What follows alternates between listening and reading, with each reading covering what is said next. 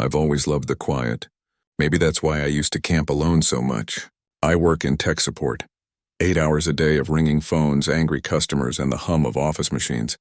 So when the weekend came, I'd pack up my little tent, drive out to the national forest 2 hours north, and spend a couple nights under the stars. It was my reset button. My peace. This trip started like all the others. A Friday afternoon in late September. Leaves just starting to turn, air crisp but not too cold. I'd picked a secluded site I'd been to once before, just a small clearing near a shallow creek, maybe half a mile off the main trail. I'd be totally alone out there. That's what I wanted. The drive was long but peaceful. By the time I parked at the trailhead, the sun was sinking low behind the trees. I slung my pack over my shoulder, grabbed my flashlight, and hiked in. The forest was quiet except for the crunch of my boots and the occasional rustle of leaves. The deeper I went, the more the sounds of civilization faded. By the time I reached the clearing, I could almost feel the silence pressing against my skin. That stillness always made me smile. I set up camp, built a small fire, and cooked a can of chili. Nothing special, just simple and warm. When the last bit of daylight slipped away, I sat by the fire with my thermos of coffee, watching sparks drift into the darkness. I remember thinking how alive the woods seemed at night, the way the firelight danced on the trees, the whisper of wind through pine needles, the distant hoot of an owl. It was around 10 when I first heard it, a whisper. At first I thought it was the wind. It came softly like a faint breath brushing past my ear. But then I realized the air was still, completely still.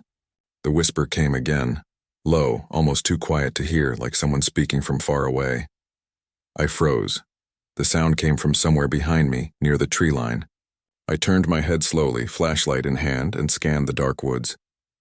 Nothing but shadows. I told myself it was just the wind again, or maybe my mind playing tricks. I'd been alone out there plenty of times before and knew how easy it was to get spooked. Still, the hairs on my arms were standing straight up.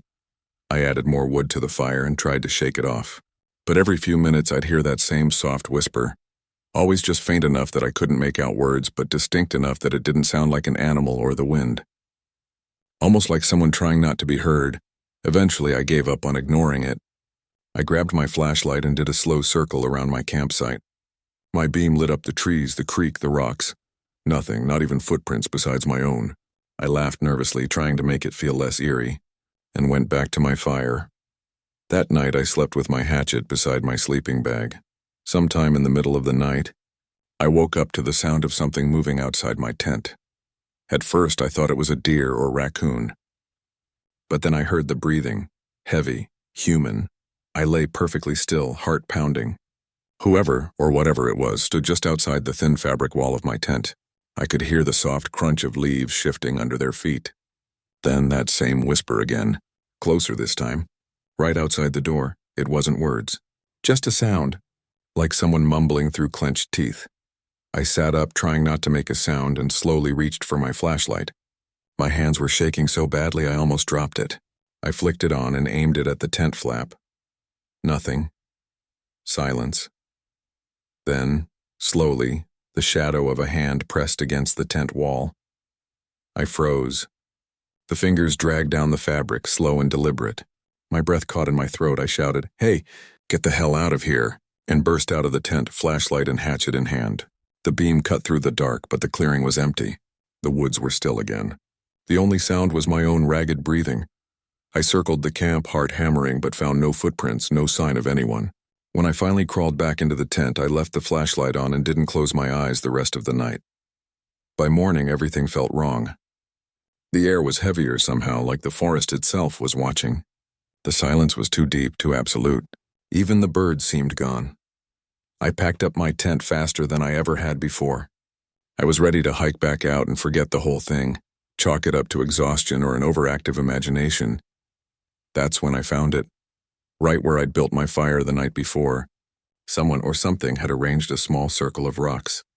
Inside the circle was a pile of blackened pine needles like they'd been burned. And on top of the ash was a single thing, a pine cone split perfectly in half with something carved inside. It looked like an eye, tiny, but precise. Like it had been scratched in with a knife. I didn't stay to examine it. I kicked dirt over the whole thing, slung my pack over my shoulder, and started down the trail as fast as I could, but the feeling of being watched didn't leave. Every few minutes I'd hear soft footsteps behind me. When I stopped, they stopped. When I turned, nothing was there. Once I swore I saw movement in the trees, a shape slipping between the pines, too tall and too still to be human. I started running. By the time I reached the car, I was drenched in sweat and shaking. I threw my gear in the trunk, slammed the doors, and peeled out of there. I didn't look in the rearview mirror until I hit the main road. When I finally did, I saw someone standing just at the edge of the forest. A tall figure motionless, almost blending into the trees. Even from that distance, I could tell they were watching me. And I swear, right before the trees swallowed them, they raised a hand like they were waving. I didn't go camping again for months after that. When I finally did, it was with friends. But even then, the woods didn't feel the same. The peace I used to find there was gone, replaced with this gnawing unease. A few weeks ago, I decided to drive past that forest again, just to prove to myself it was all in my head.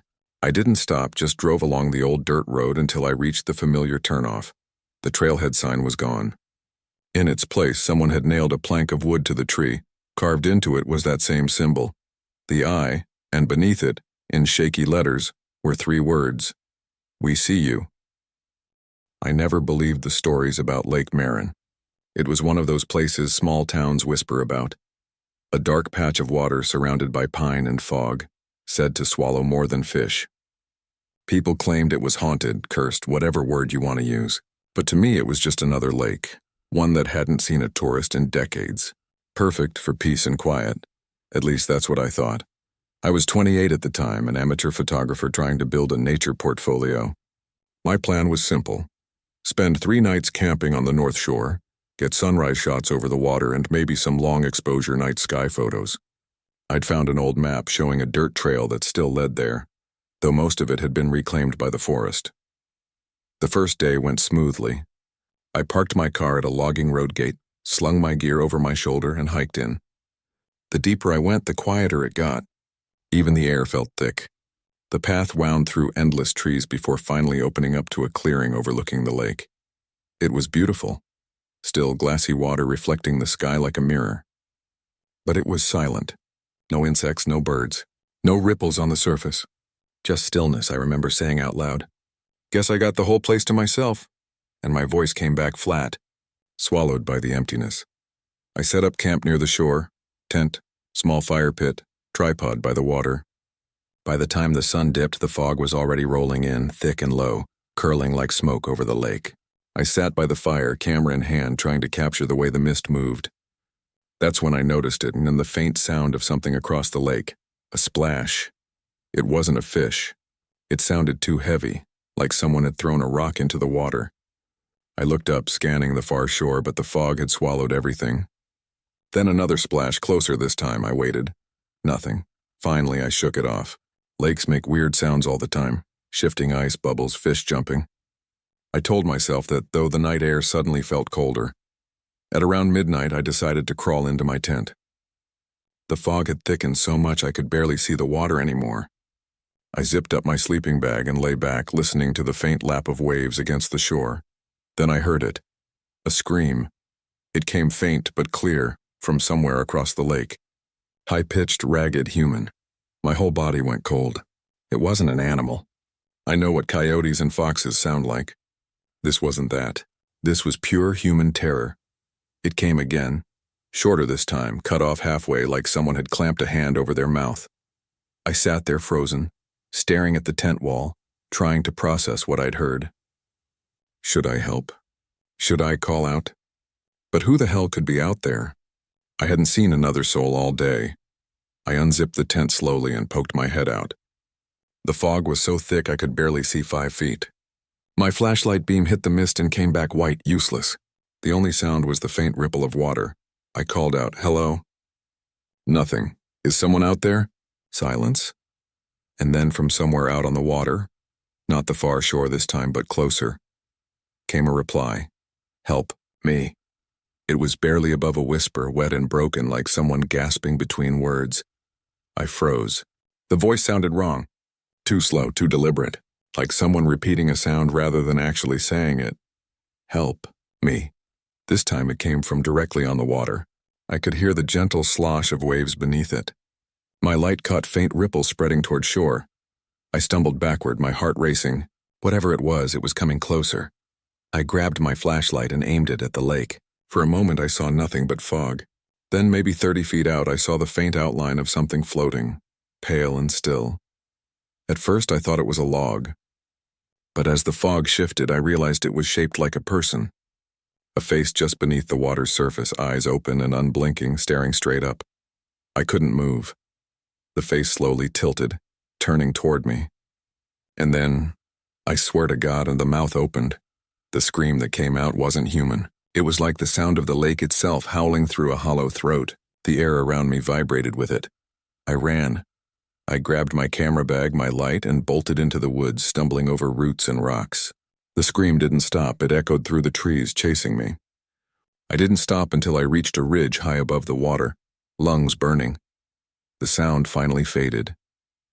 The forest fell silent again, like nothing had ever happened. When dawn came, I crept back to my campsite. The fog had lifted, sunlight glinting off the lake like glass. Everything looked normal. My tent stood where I'd left it. My gear was fine. For a second, I almost believed I'd dreamed the whole thing. Then I noticed the shoreline. Something had come out of the water.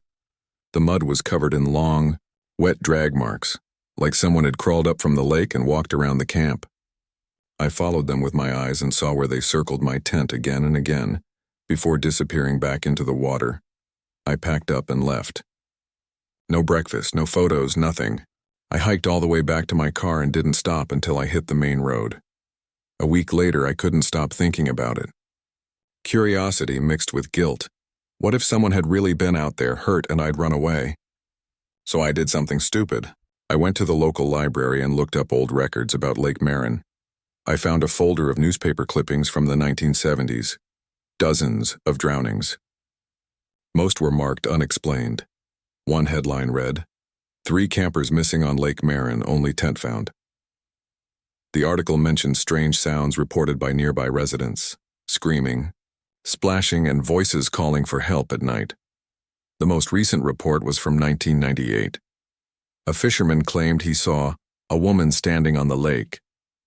Not by the shore, on the lake. Said she vanished when the fog rolled in. I slammed the file shut and left. I told myself I'd never go back. But nightmares have a way of bringing places back to you. For weeks I kept dreaming of the lake. Of fog creeping into my tent. Of something whispering my name from the water. Every time I woke up I could still smell the damp earth. Still hear that faint sloshing sound outside the canvas. Then one night, I woke to that sound again, but I wasn't at the lake. I was in my apartment miles away in bed and still. I heard it. The soft rhythmic slosh of water against shore. I sat up, heart pounding. The sound was coming from the window. I pulled back the curtain and froze. There on the glass were wet handprints. 5 long fingers pressed against the inside, not outside. Inside. I stumbled backward, grabbing the nearest thing I could, my camera tripod. The room was dead silent except for the dripping sound like water falling onto the floor. Then from behind me I heard a whisper. Help me, I turned, nothing there. But my reflection in the window wasn't alone. Behind me in the glass I saw the pale face from the lake, smiling. The scream that came out of my mouth wasn't even human.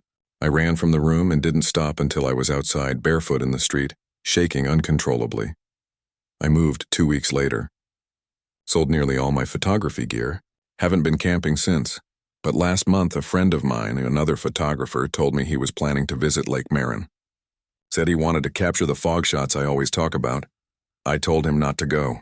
Practically begged him. He laughed it off. That was 10 days ago. Yesterday, the police found his car by the old logging road. Tent still packed, gear untouched. The only thing missing was him. And when the rescue team went out to search the lake, they found something floating near the north shore, a camera. Inside were 24 photos, all of fog, water, and mist.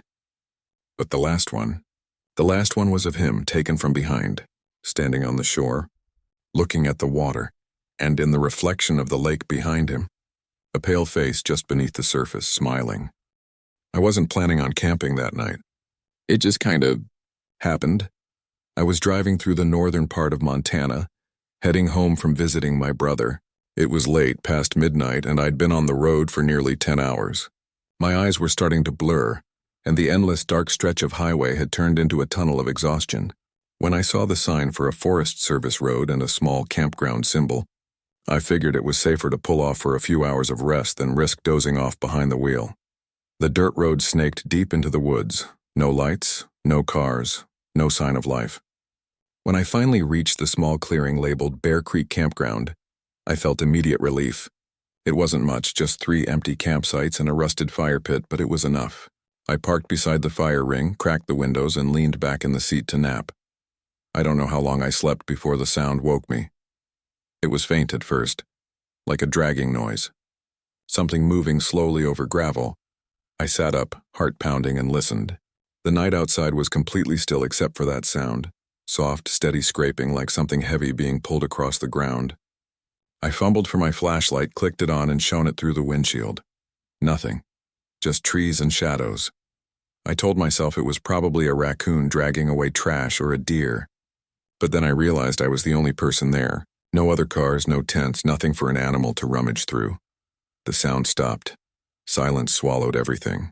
Even the crickets had gone quiet. I waited, gripping the flashlight until my knuckles went white.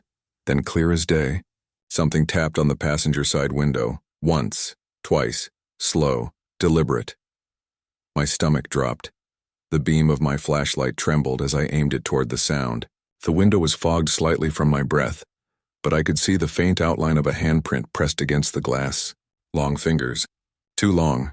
I froze, terrified to move or even breathe. Then the hand slid downward, dragging slowly down the window until it disappeared. That's when I made my first mistake. I got out of the car. The cold hit me immediately. The air smelled damp and metallic. I swung the flashlight beam around, expecting to catch someone crouching by the car. Nothing. Hello? I called out, my voice sounding small and stupid in the empty night. Is someone there?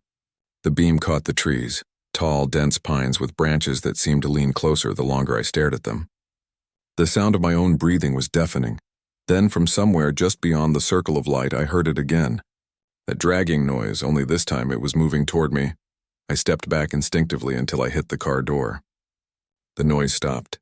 For a full 30 seconds I stood there in silence, my light fixed on the dark. Then, somewhere between the trees, I caught a flicker of movement, a shape slipping behind a trunk. Something tall, thin, wrong. I jumped into the car, slammed the doors, and locked them. The rest of the night was a blur of fear and headlights. I didn't sleep. I just sat there gripping the steering wheel, watching the tree line until the sun finally broke over the horizon. By daylight, the campground looked harmless. Peaceful, even. There were no footprints, no drag marks, no sign of anything except a few scattered pine needles on the hood of my car. I laughed it off. Told myself it was exhaustion, a half-dream born of stress and bad lighting. I wish I'd left then. Instead, I decided to stay one more night. A stupid choice, I know, but daylight has a way of making fear feel foolish. I set up my small tent beside the car, built a fire, and made some coffee on my little camping stove. The forest was quiet but not dead. Birds chattered in the distance, and a woodpecker knocked against a tree somewhere behind me. Everything felt normal again. By sunset, I'd almost convinced myself that nothing strange had happened at all. The fire burned bright and warm as the light faded. I sat beside it, listening to the crackle and hiss of the wood. The shadows danced on the trees, long and twisting. I remember thinking how peaceful it was, how maybe I'd needed this break more than I realized. Then I heard the whisper. At first, I thought it was the wind threading through the trees. But it came again, soft, low, like someone talking just beyond the edge of the light. I froze. The voice was faint but close. It wasn't words at first, just a sound. Then slowly I began to make out a rhythm. A whisper repeating the same few words. Over here. I whipped my head toward the sound, flashlight in hand. Nothing but trees and fog. My pulse hammered in my ears. Over here. It came again from the opposite side this time. I stood, my legs shaking, scanning the forest. The whisper was coming from every direction now, low, urgent, repeating the same thing. Over here, over here, over here. Then I heard a snap. A branch breaking. Something big was moving through the trees. The whispers stopped. And for the first time I realized I wasn't hearing one voice. I was hearing several. Maybe 3 or 4. All whispering the same words, slightly out of sync, circling closer. I stumbled backward toward the fire. My flashlight flickered, then died. In the glow of the flames, I saw it, just for a moment. A shape standing between the trees. It was tall, impossibly tall, its head brushing the lower branches. Its arms hung too long, hands almost touching the ground.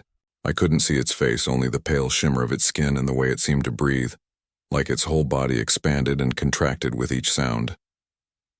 Then the voices came again, all at once. Over here. I grabbed my camera, it was still hanging from my neck, and snapped a photo purely out of reflex. The flash burst across the trees, blinding me for a second. When my eyes adjusted, the thing was gone. I didn't pack up. I didn't even grab my bag. I just ran. I sprinted down the dirt road, branches whipping my face, lungs burning, not daring to look back. The whispers followed me for what felt like forever. Then just as I saw the glint of my car's windshield ahead, everything went silent. I reached the car, yanked open the door, and floored it. Gravel sprayed behind me as I sped out of the forest and back onto the main road. I didn't stop driving until I hit the next town, some tiny place with a diner and a single gas pump.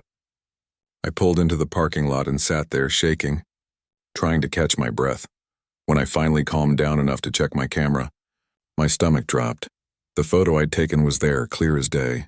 The trees, the edge of the firelight, and something standing just beyond it. It wasn't tall in the picture. Not at all. It was right behind me. You could see my own shadow in the firelight stretched long across the dirt, and behind it, crouched low, was a pale shape with a face that looked almost human, but not quite. The mouth was open, far too wide, like it had been split from ear to ear, and even through the grain of the image I could see it was smiling. That night, I checked into a motel. I didn't sleep. Around 3 a.m. I started hearing something again. The same dragging noise I'd heard that first night. It was faint, coming from outside the room. I looked through the blinds. There, in the dim parking lot light, I saw footprints.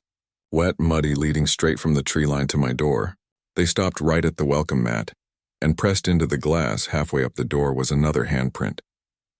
Long fingers. Too long. I called the police. They came, looked around, found nothing. Said it was probably a prank or animal tracks. But before they left, one of the officers, a middle-aged guy with tired eyes, pulled me aside. "You were at Bear Creek last night?" he asked. I nodded. He stared at me for a long time before saying, "That place hasn't been open in years. We shut it down after 3 disappearances back in 2004. Locals won't go near it anymore." I didn't know what to say. Just nodded again, numb. He lowered his voice and added, "If you're smart, you'll delete that picture.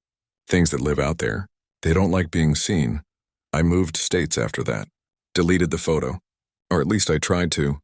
Every time I thought it was gone, it would show up again somewhere else, on my phone, on my laptop. Even once printed in a photo envelope I swear I never ordered. Always the same image. The fire, the trees, my shadow, and that thing behind me smiling. A few weeks ago I woke up in the middle of the night. The room was dark, silent. My phone screen was glowing on the nightstand. There was a new photo in my gallery. Taken just minutes before, it was my bed, my back. Me, sleeping. And behind me, lit faintly by the screen's reflection, something crouched low beside the mattress. Long fingers reaching out, that same split, endless grin.